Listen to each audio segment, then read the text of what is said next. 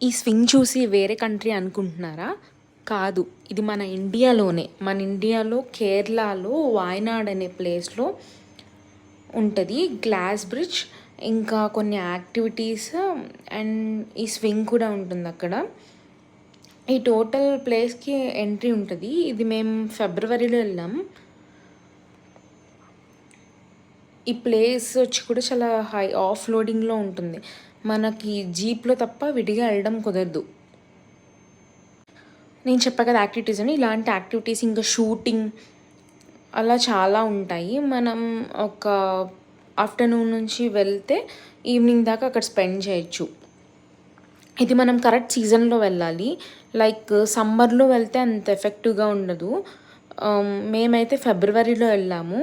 ఫెబ్‌లో కొంచెం హీట్ ఉంది కానీ మరీ అంత ఎక్కువ కాదు. అదే సమ్మర్ వచ్చిన తర్వాత వెళ్తే చాలా హీట్ ఎఫెక్ట్ ఉంటుంది.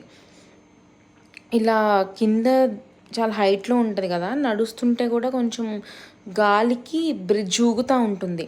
మనకు అవన్నీ చూసి కొంచెం భయమేస్తది. కానీ చాలా పీస్‌ఫుల్‌గా ఉంటది ప్లేస్. మొత్తం ప్రశాంతంగా ఉంది. క్రౌడ్ కూడా తక్కువే ఉన్నారు మేము వెళ్ళిన టైంలో అయితే.